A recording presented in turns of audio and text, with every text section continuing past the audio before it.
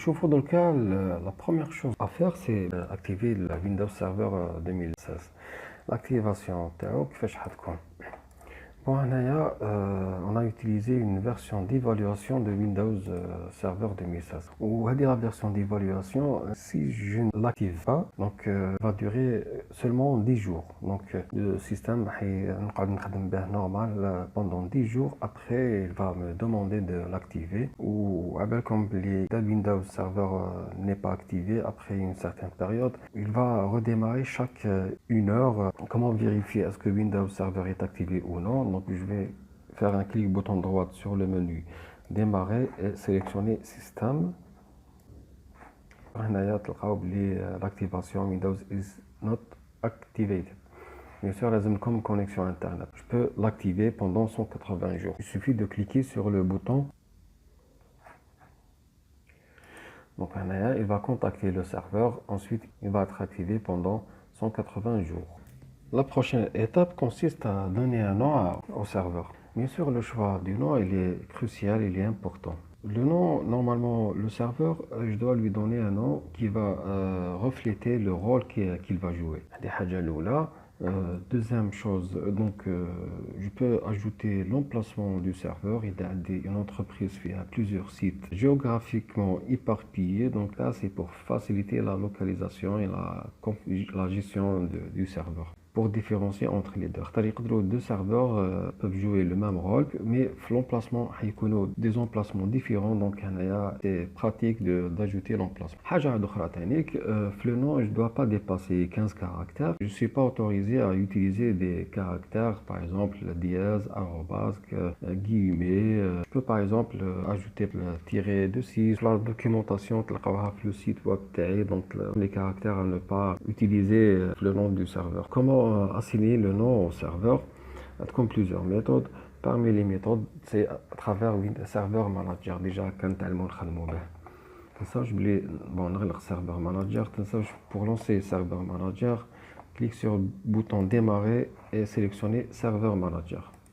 Le gestionnaire du serveur en français. Voilà. Alors, je clique sur Local Server, serveur local. Vous remarquez que déjà, computer name, avec le nom de l'ordinateur, déjà le système, pendant l'installation, a un nom au hasard. Win-26, voilà, des chiffres et des lettres. Donc, c'est pas pratique. Ça va être difficile pour localiser le serveur. Donc, je clique sur, pour modifier le nom, je clique sur le nom déjà assigné. Maintenant, ensuite, je vais sélectionner changer. Maintenant, je vais taper le nom JDED, donc supprimer le nom, par exemple. Qu'est-ce que je vais écrire? Déjà, les leçons précédentes, je vous ai parlé à peu près à les rôles qu'on va installer. Donc, le serveur, il va jouer le rôle de DHCP, de DNS et surtout de contrôleur de domaine. On va installer, on va configurer un domaine. Donc, puisqu'il va jouer le rôle d'un contrôleur de domaine, donc de préférence, je vais taper par exemple DC. DC, c'est pour domaine contrôleur en anglais. De préférence, je vais taper le chiffre 01, donc le premier. Donc, on dit par exemple tirer de 6, on dit l'endroit, l'endroit, la région, voilà, le nom, la branche, donc par exemple London, ou la Tokyo, ou la Paris, Je vais cliquer sur OK. Je dois redémarrer l'ordinateur pour appliquer à deux mois les changements. Donc, je clique OK. Je clique sur Close. Et je clique sur Restart. Now, redémarrer maintenant. Redémarrer ultérieurement, capable qu'on a des ou là. Puisque je vais cliquer sur redémarrer maintenant. Donc, le système redémarre.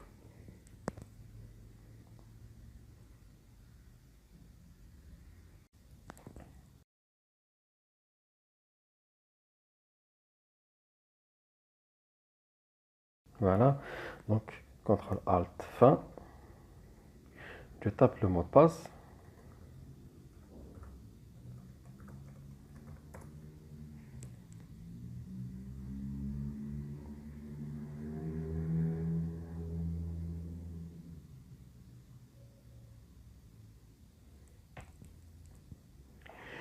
Voilà, ou lorsque je clique donc, sur Local Server, voilà, vous allez remarquer que avec le nouveau nom, prochainement, نعرف بلي هذا le serveur, il joue le rôle d'un contrôleur de domaine. Maintenant, on va voir quel modèle à utiliser sur le réseau تاعنا. يعني كما نقول لكم modèle, on a deux types de modèles. On a le modèle groupe de travail. On a le modèle domaine.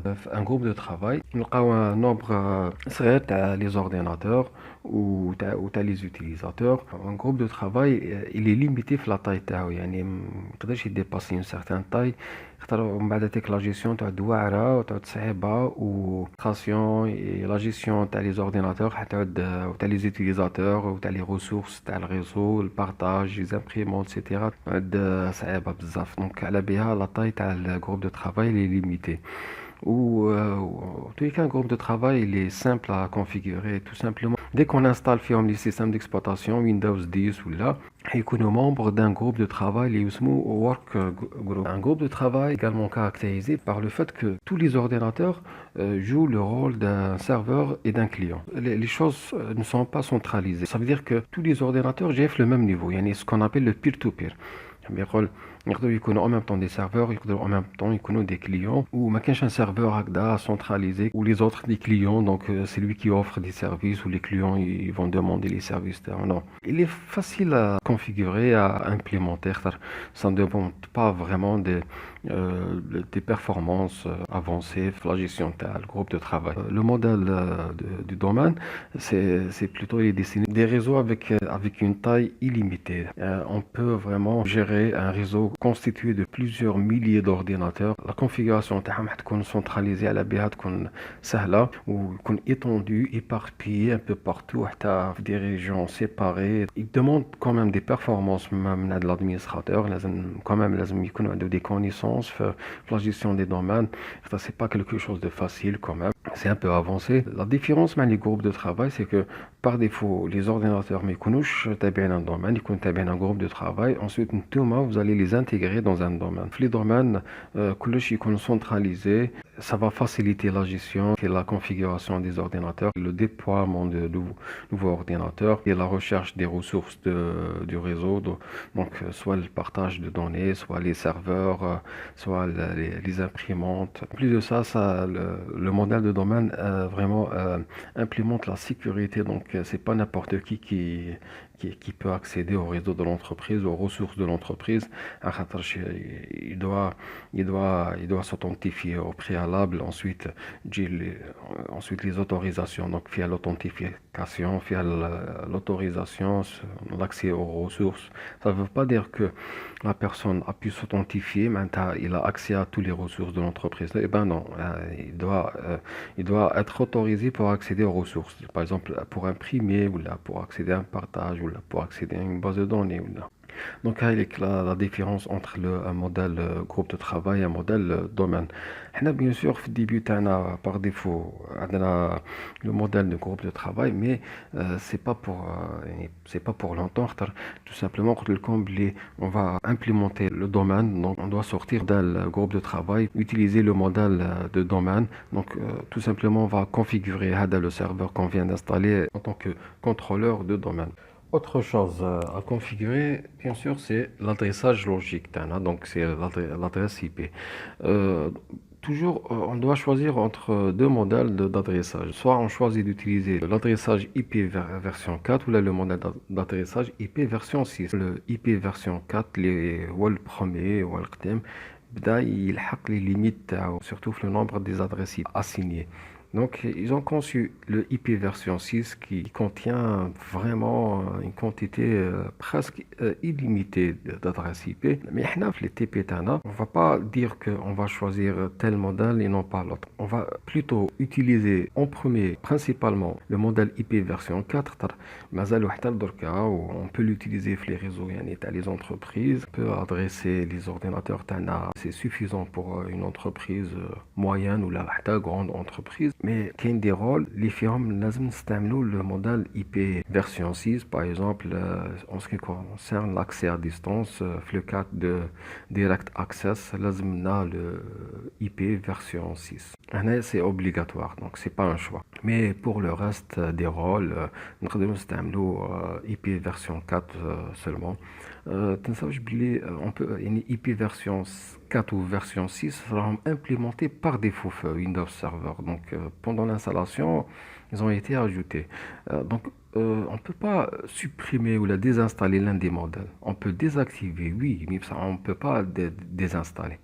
Donc ils peuvent exister les deux. Donc إذا خيرنا نستعملوا غير IPv4 on peut donc de préférence on désactive l'autre IP version 6. Mais تنساوش راني قلت لكم capable تحتاجوا